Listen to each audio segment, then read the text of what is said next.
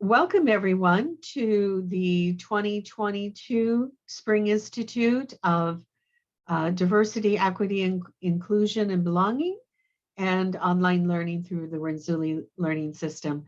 I'm so glad to have Martina Brazzolotto, Dr. Brazzolotto, with us, who is going to be talking about something very important to her, which is inclusion in the classroom. So Martina, please share with us. And if you have questions along the way, let us know. So welcome. Thank you, Martina. Thank you. I start sharing my screen. So, can you see my presentation? Yes. Yeah, okay. So, hello everyone. I am Martina Brazzolotto, and I am a founder and coordinator of the National Network of Schools Talenti Inclusivi. Before we begin, let me thank Dr. Connie Phelps and Dr. Joyce Miller for including me in this exciting research on inclusion, equity, diversity, and distance learning. So thank you. Being a teacher myself, I am truly convinced that research in the education field can help teachers reflect on their actions and encourage concrete change, thus increasing the well-being of pupils and families. Surely, all of you already know that inclusion affects all children. In Italy, we have dealt a lot of inclusion, and a large part of teacher training focuses on inclusion. However, today we are experiencing a perhaps new phenomenon, or let's say on the increase. Families are increasingly withdrawing children from school and dedicating themselves to homeschooling. An example is my colleague, Giovanna, who is present here now and who is president of the Alpha Beta Association, which has recently opened a homeschooling service. There are currently 21 children in her homeschooling, but for the next year, enrollments have jumped to 45. So, as a researcher, I wonder why families run away from state school. Maybe there is not inclusion. I believe that it is necessary to make a profound reflection on the concept of inclusion, which cannot stop at the single concept of inclusion as the full insertion of all the children in the same classroom. I would like to share with you a short video that summarizes the main principles of inclusion.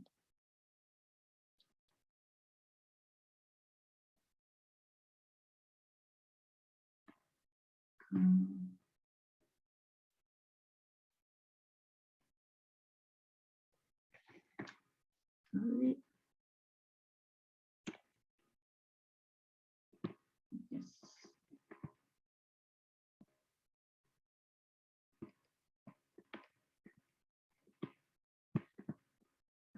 I prepared the video, sorry.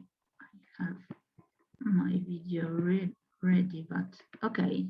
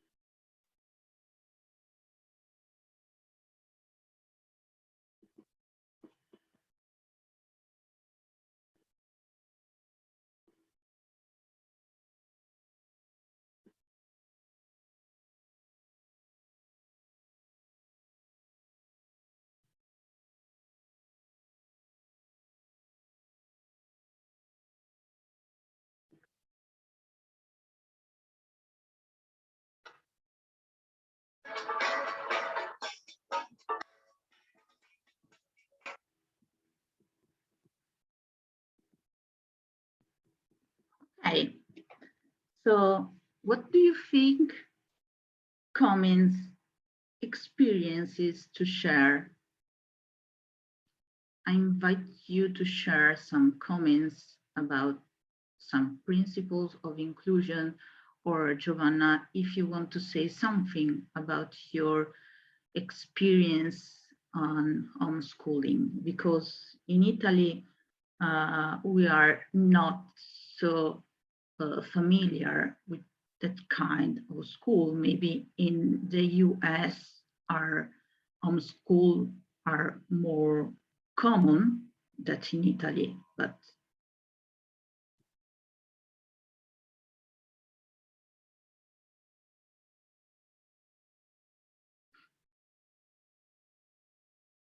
no comments?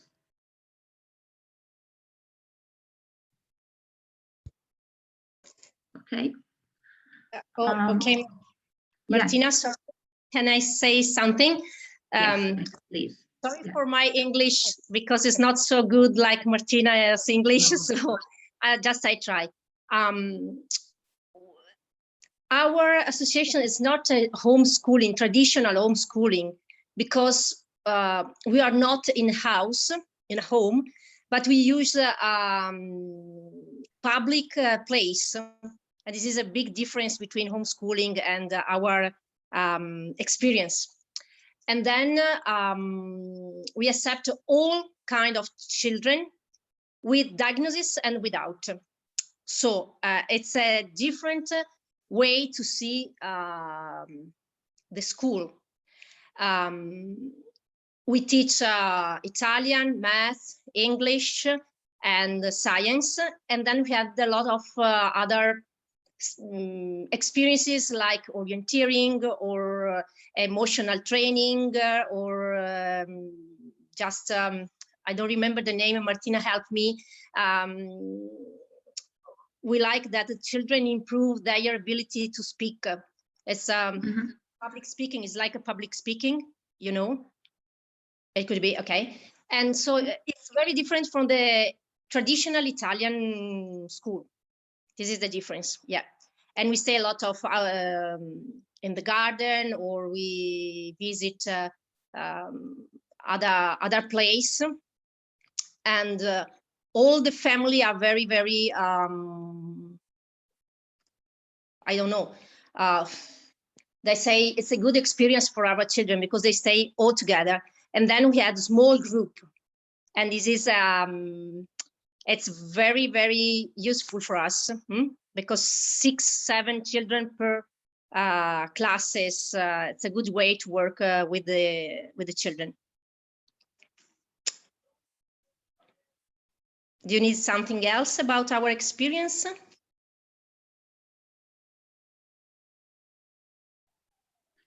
Yeah, but why families choose your homeschooling? That's the problem. Do you think, Giovanna, that the reason is like an exclusion reason from the public school, or do you think? Yeah. In particular, we have 4 children that that attend our educational experience, because they are excluded by the traditional way of school. So in particular, we have a young girl. She's 7 years old, and she has a diagnosis about we say, I don't know in English, but it's I think it's school disease. Martina, how can we translate phobia? Yeah, I think phobia is the same word in English, maybe. School phobia. And when we read the stuff, we say, oh my God, 7 years old, and she had school phobia. And so we asked to each other, what can we do for this girl, because she's really, really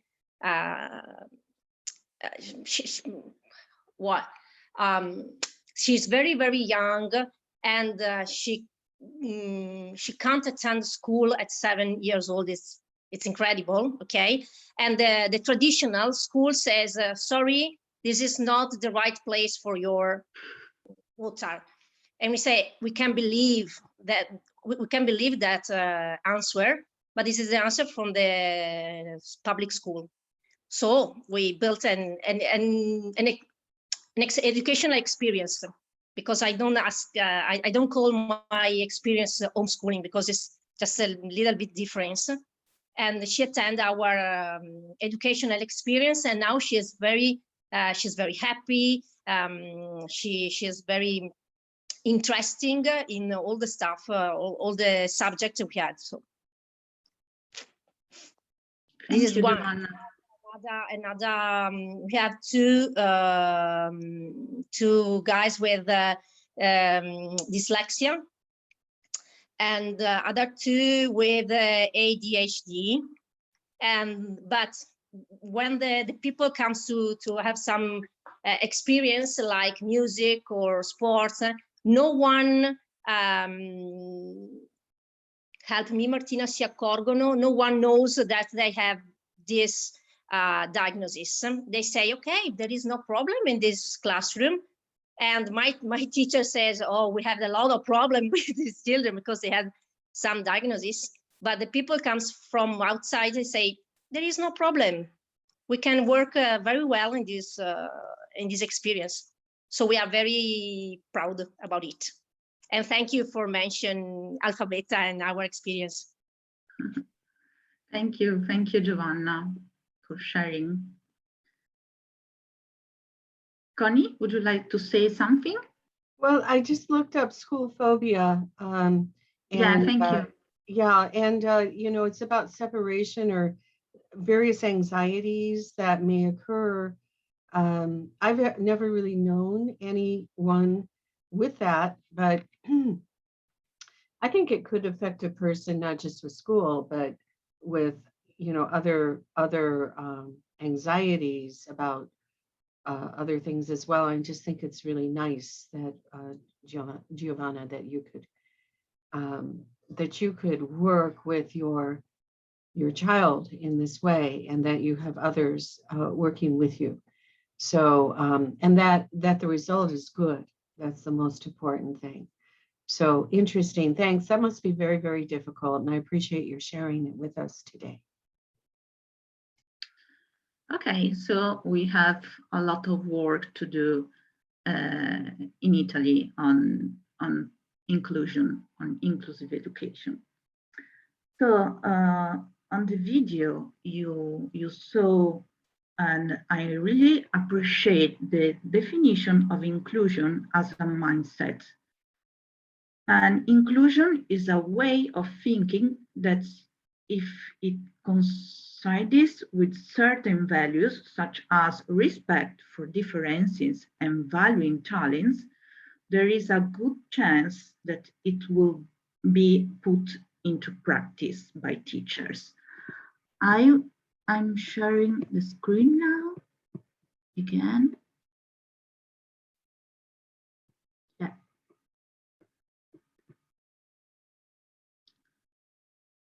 Okay. UNESCO's definition argues that inclusion is seen as a process of addressing and responding to diversity of needs of all learners through increasing participation in learning, cultures, and communities, and reducing exclusion within and from education. It involves change and modifications in content, approaches, structures, and strategies, with a common vision which covers all children of the appropriate age range and a conviction that it is the responsibility of the regular system to educate all children. Perhaps during each activity, I will say, if we reflect on the needs of all learners, Do you think there is an acceptance of all needs? For example, when a 6-year-old gifted child can already read and write like an 8-year-old, what do you do, teachers? Often nothing, unfortunately. They continue to teach a different letter, one different letter for each week in the first grade in Italy. Is this inclusion? Then it happens that the child is no longer able to sit still in the classroom, and therefore the teachers understand this behavior as rudeness, as a demonstration of suffering. Perhaps during each activity, we should ask ourselves if we are favoring or hindering the participation of each people, students. Okay. This core troop and core troop, they are two for Denmark, two scholars from Denmark, state that there are 3 dimensions of inclusion. Perhaps in Italy, only one dimension has always been placed at the center, that of the level that is how much a person is included. In reality, there is also the dimension of the type of inclusion, which can be of a scholastic or social type or in the family.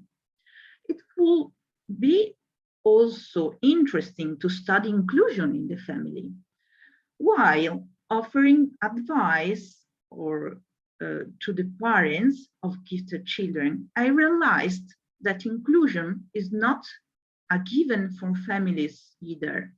For example, there are parents who, after having discovered that their son or daughter is gifted, are convinced that it is brilliant, or better say genius.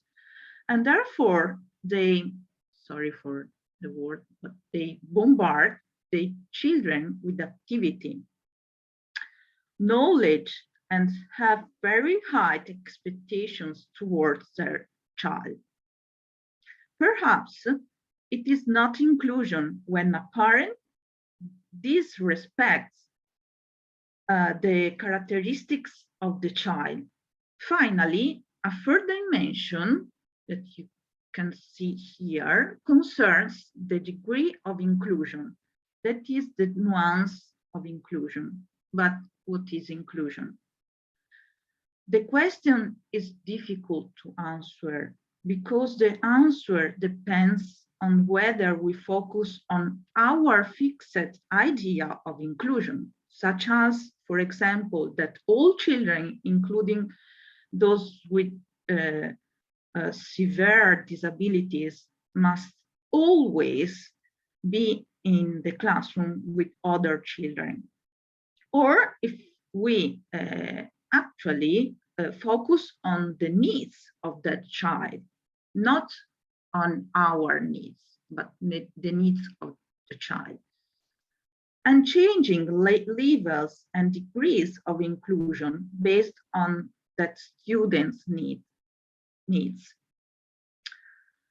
I don't know if I've been clear. I hope so. If not, please feel free to share questions or experience. Okay. And I would like to invite the Italians, if it's easier, to ask Martina, unmute your mic and ask in Italian, and she can answer in Italian as well, if that's helpful. So please don't be shy, of your English.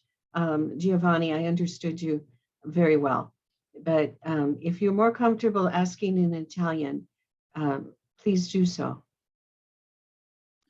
Ok, thank you, Connie. La professoressa Connie dice che potete sentirvi libere di parlare in italiano. e io anche di rispondere in italiano.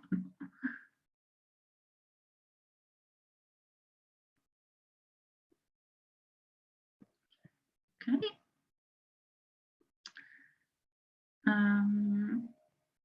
According to ISCON and others, there are 6 ways of understanding inclusion. Inclusion as a concern with disabled students and others categorized as having special educational needs. Inclusion as a response to disciplinary exclusion. Inclusion in relation to all groups being vulnerable to exclusion. Inclusion as developing the school for all. Inclusion as education for all, and inclusion as a principled approach to education and society. What do you think? Do you prefer one of these thoughts on inclusion? Do you think that one sentence is better than others? What do you think? Vi ritrovate in qualche in qualche espressione di queste frasi?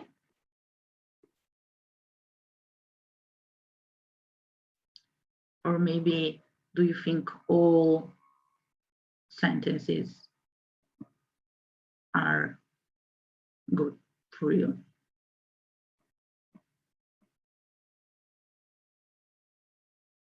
Okay, Martina, for me, inclusion is the education for all. I would love that education as inclusion will be an education for all, but in Italy, we have a big problem with the teacher, you know, with the study of. So, in my opinion, one of the big problem in Italy is the teacher. So we just talk about it. But we are teachers, right? Sorry? We are teachers. Okay, we are teachers, but you know that in especially in this year, we had a big problem with the teacher because everyone can teach in the school. And, yes.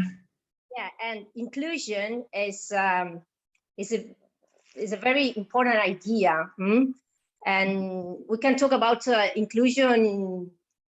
We can't talk about inclusion without studying psychologists or pedagogists or something else. Okay. Yeah. So this is the big problem in this moment. So it's very hard to think inclusion as inclusion for all. Yeah. I like to be that inclusion for all. Inclusion as education for all, but I think we have a long way before we're arriving at education for all. This is my opinion. No? Yeah. I think it's like a path.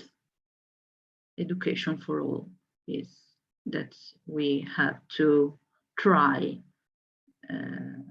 develop together every day with maybe some small change every day in our school context. Okay, thank you, Giovanna. I see a comment from Sarah in the chat. Oh, yeah. Inclusione è dare a ognuno ciò di cui ha bisogno. Okay, so inclusion is to give to everyone what he or she needs. Thank you. Grazie, Sara. Okay. Yes. But I like the comment that Giovanna made about teachers, because we have that problem in the United States now too, that with teachers leaving the profession, teachers, there's such a shortage of teachers that, like substitute teachers, if you are over 18 and you pass a background check, you can substitute teach in my state, because there is such a shortage. You don't have to have any training at all. And so it is a problem. And teachers learn, as you said, pedagogies and psychology and things like that, that help them have an awareness of needs and how to hopefully include everyone. So that I thought that was a very interesting insight. I'm kind of thinking maybe all 6 of those ways, depending, Martina, depending on the nuance. There's different ways that all of them could have applications as a definition of inclusion. Some are more specific to the school, and some are more maybe specific to society.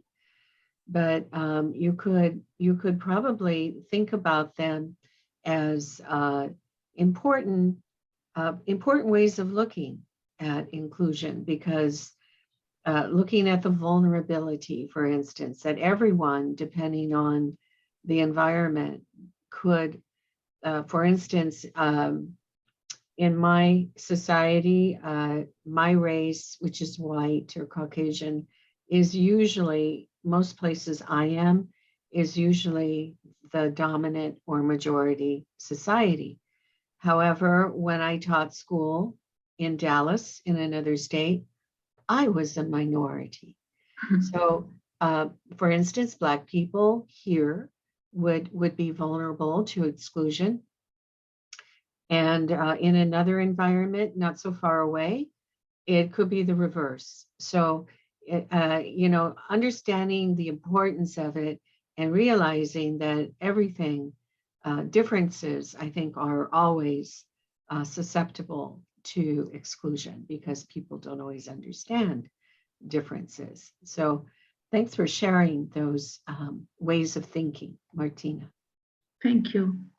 Thank you, Connie. Okay. And Rosanna has something in the chat also. Rosanna, ok, condivido quello che state dicendo, però molto spesso può capitare che in Italia, mancando a volte specialisti nel contesto classe, si possono avere problemi nel poter includere le diversità. She says that she agrees with us, but that often in Italy we don't have like a specialist in the classroom at school, and so for that reason teacher could have some problem to include diversity, to include different students. So Rosanna, I think that teacher could be a specialist, but a specialist in inclusion. So I know that it depends on what you think about inclusion. What is your definition of inclusion? But I think that teacher could be, might be, maybe specialist in inclusive education. But Rosanna, per specialisti intendi l'insegnante di sostegno? For specialist, do you mean specialist teacher? Yes, specialist teacher. Ah, okay, sorry. I thought like more psychologist. Okay, yeah. So I agree with you. Yeah, sometimes we need special teachers. They are such an important figure, such important teacher for us, because they they help us to include all children. So I agree with you that it's special ed teacher is important for all community, for all school community. Thank you for sharing, Rosanna. Okay, maybe you know, but if you want to use a book to deepen the concept of inclusion in the school context, I suggest you read the Index for Inclusion, written by Booths and Iscon, and you can find here the link of the PDF in both Italian and English. This book is really useful for reflecting on the various phases of inclusion through a series of questions, because maybe we need questions to reflect on our teaching. It is usually also used to assess the level of inclusion in the school.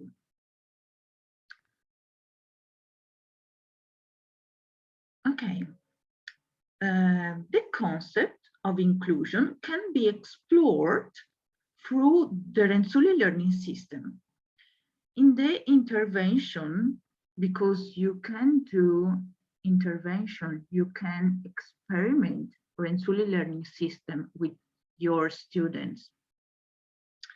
So in the intervention with your students, you could direct them toward the enhancement of potential and talents to reflect the impact that talent has on the social context, or reflect on the many labels that there are in the classroom.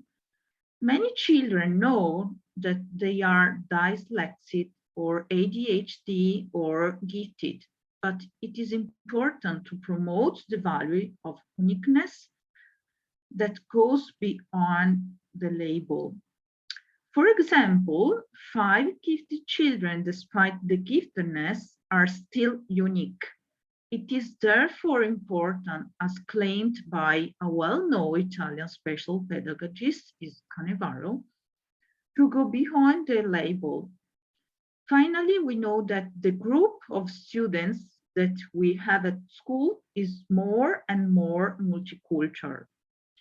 So a path on inclusion could also concern different cultures, what unites us and what differentiates us by promoting respect for diversity.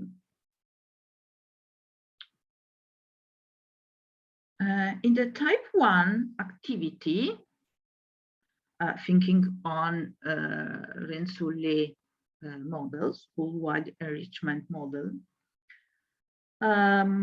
first, type 1 activity concerns a first exploration of a topic, and the type 2 involves a first selection of a focus, which in our case could be inclusion. I think that inclusion is not taken for granted, and therefore activities are needed to reflect on inclusion and teach what inclusive attitudes are.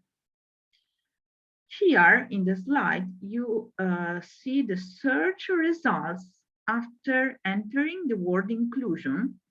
The first activity concerns discrimination, prejudice, bullying, attitudes that lead to exclusion. This activity could therefore be useful to understand the boundary between exclusion and inclusion and the factors that lead to exclusion. The Renzulli learning system, being a multimedia tool, offers the possibility to choose between various ways of exploration. Here you see that the child could favor a book on human rights, but you could find a movie too.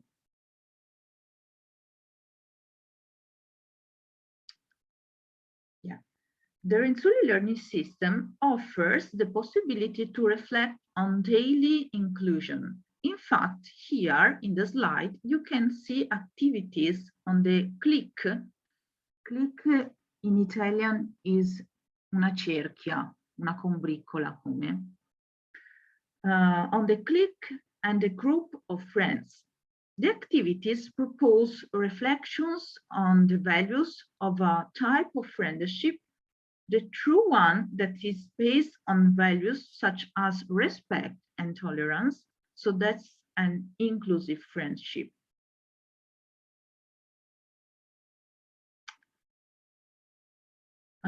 In the type 2 activities, students are expected to start selecting and carrying out some activities. So suppose they choose the first activity that appeared, that is the one they see here, the one on prejudice and discrimination. So here I prepare, no, sorry.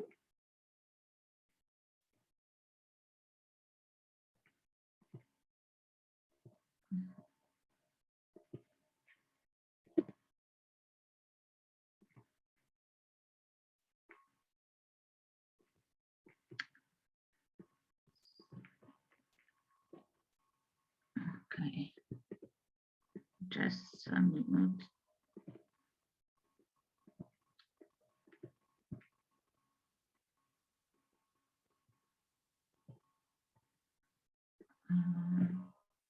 Yeah, this one. Okay, so let's explore.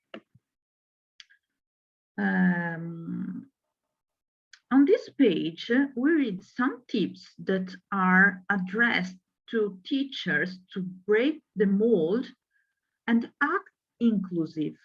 We find some narratives, such as the case of a Jewish child made fun of by her classmates. Here, yeah, here. And the key thing for an inclusive teacher is to take a stand and express the values she or he believes in without remaining silent. The page also reads a case of bullying. Here, okay.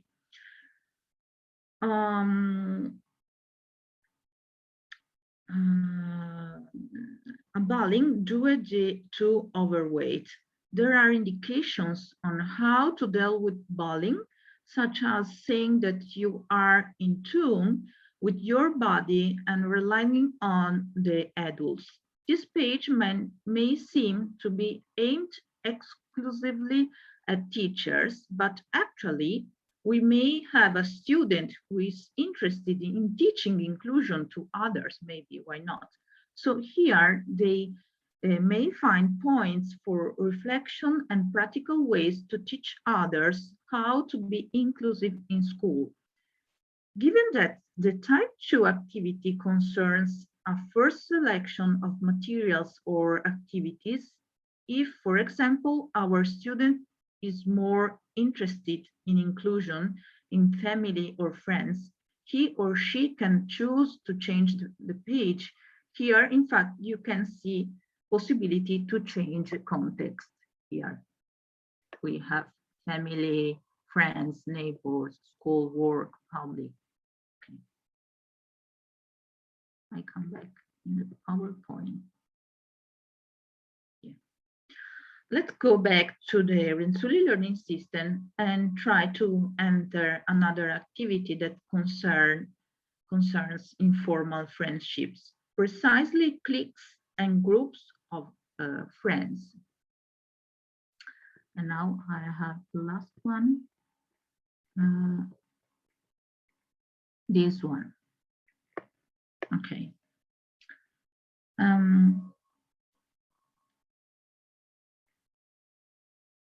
Sorry.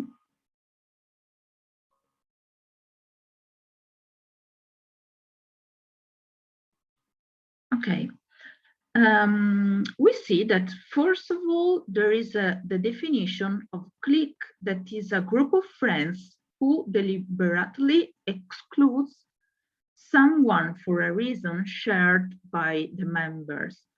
I find this phenomenon of exclusion very interesting to study and analyze together with students, precisely because inclusion cannot be just a theory, but it is important to put it into practice. What I think is very useful is that on this page, the student is guided in reflection and that there are always practical suggestions to experiment. Okay. So what do you think about the possibility to teach inclusion to our students? Do you think it's possible to teach inclusion?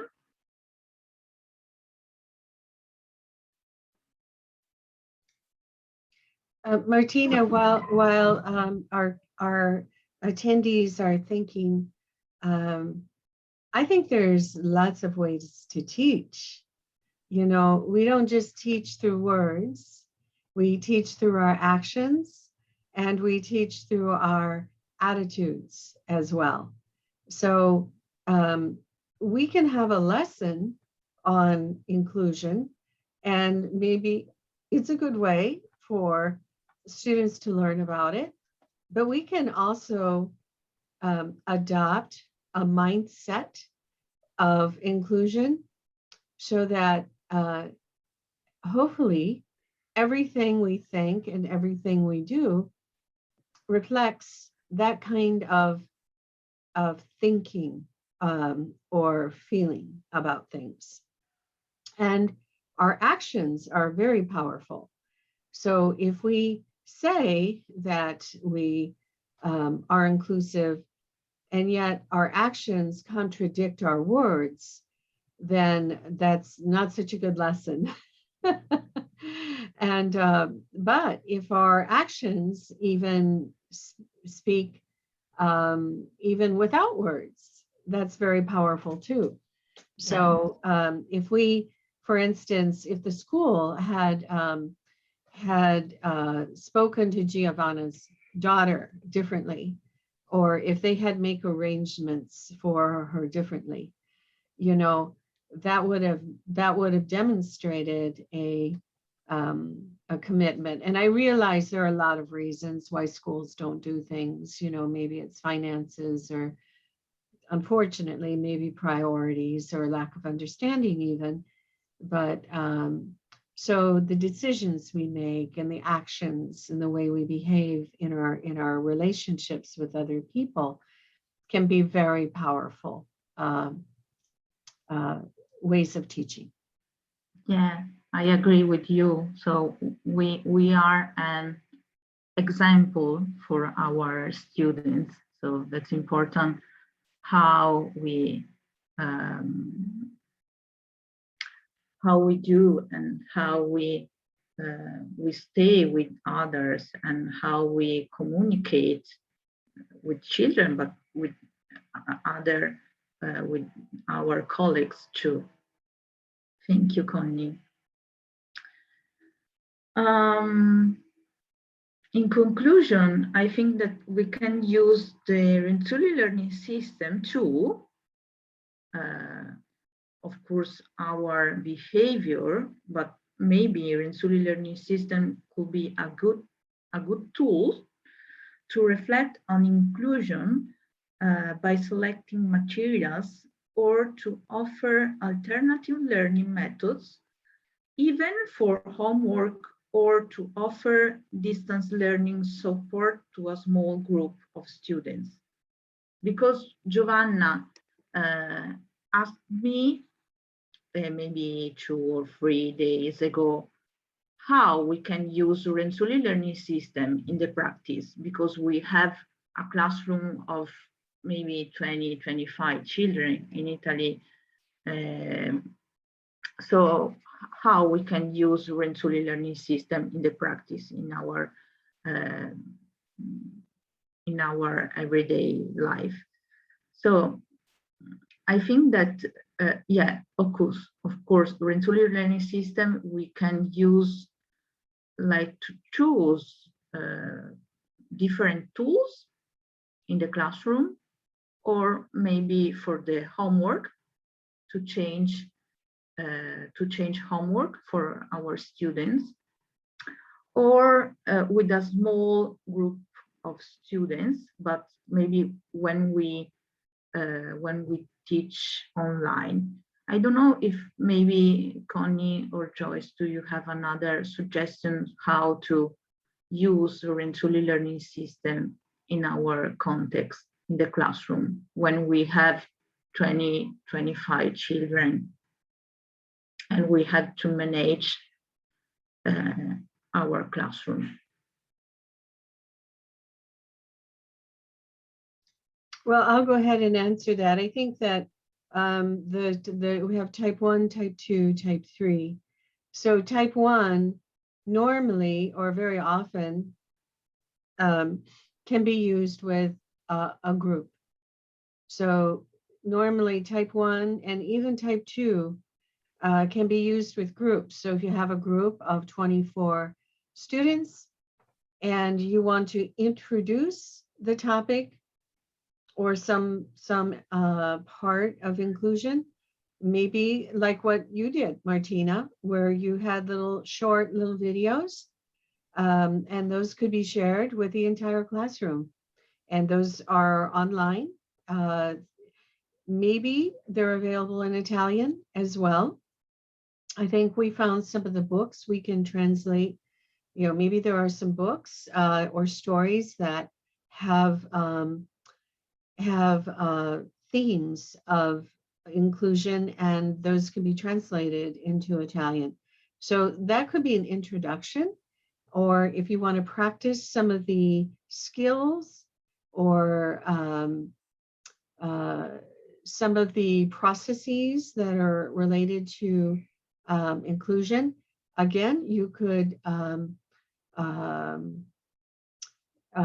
maybe look at communication and collaboration types of strategies with an entire classroom. I think when it comes to type 3, and type 3 is our topic for next week, that is going to be more in depth and more individual. So when we see that maybe a student is particularly interested in some part, a book or a study in this, then they can do with some guidance.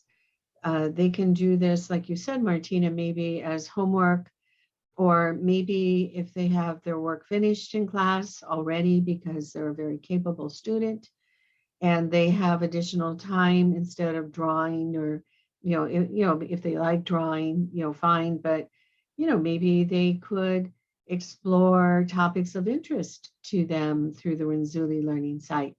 And that would be something that could be done in a lot of ways. I don't know. I know in the United States, when we have, we call it recess, playground, when kids go outside, or maybe even lunchtime, the gifted kids in my classroom, I had middle school gifted kids, but I know it's true in high school and maybe elementary as well.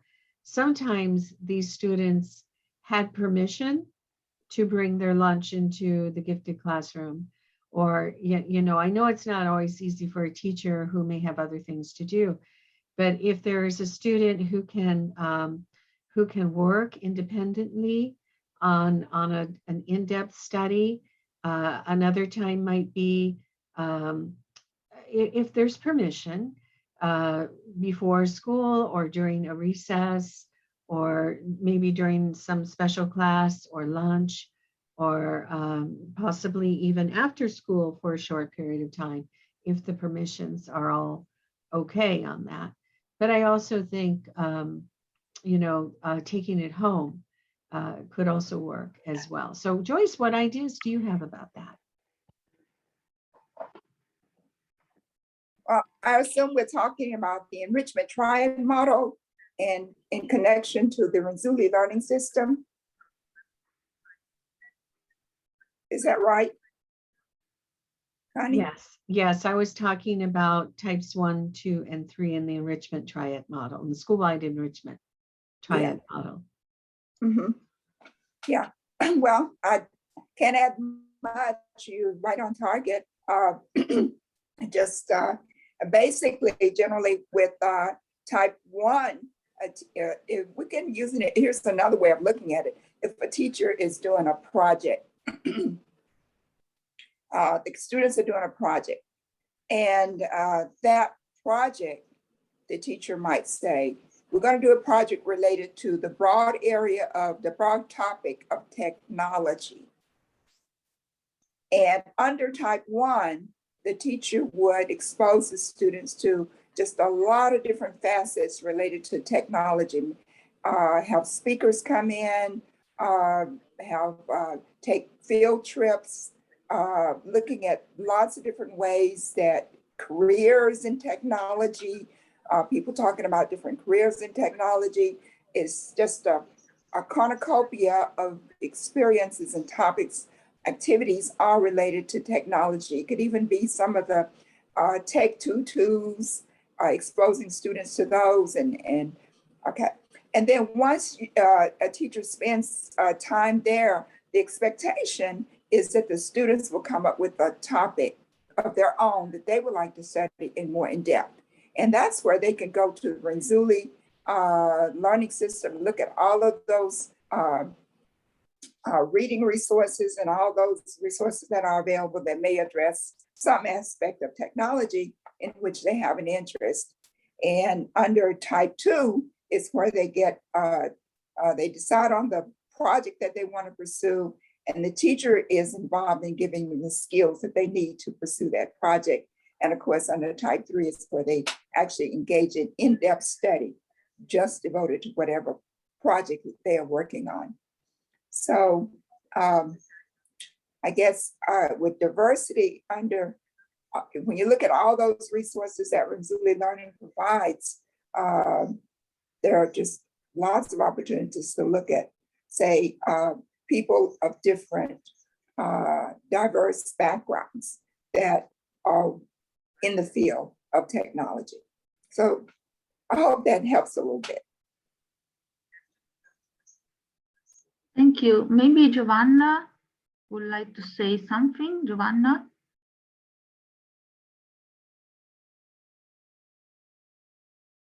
I can't hear you.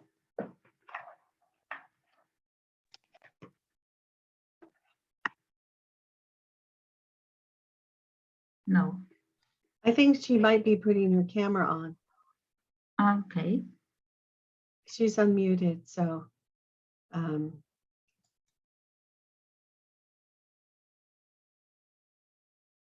There she is. No. No, no Giovanna, non ti sentiamo. No. Maybe check your computer sound.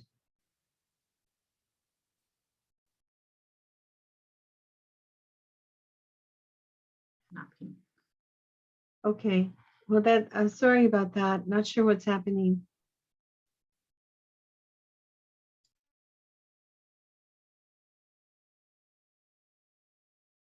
Okay, so I finished to share some thoughts on inclusion. If you want to share something before ending. Well, I will say that next week, we have our last week of the live lectures, and it's type 3 with equity is our theme. So we'll be looking at, I'll have Tony. Now there's a change next week. Next week, instead of having Tony on Tuesday, it will be Wednesday, but the same time. So not Tuesday. Is it Marty in Italian? Tuesday? Yeah, it'll be Martedì. Wednesday next week, not Tuesday. Mercoledì. Okay. Yeah. Same time though. And then Audrey will also be on Thursday same, and I will wrap up on Saturday, a week from now, with our lectures on equity and type 3. So we're so glad you joined us today. Does anyone else want to share anything special that they've learned? Even something maybe you've learned, even if it's not a question? Okay, Joyce, is there anything that you would like to share before we wrap up? No, just wonderful job, Martina.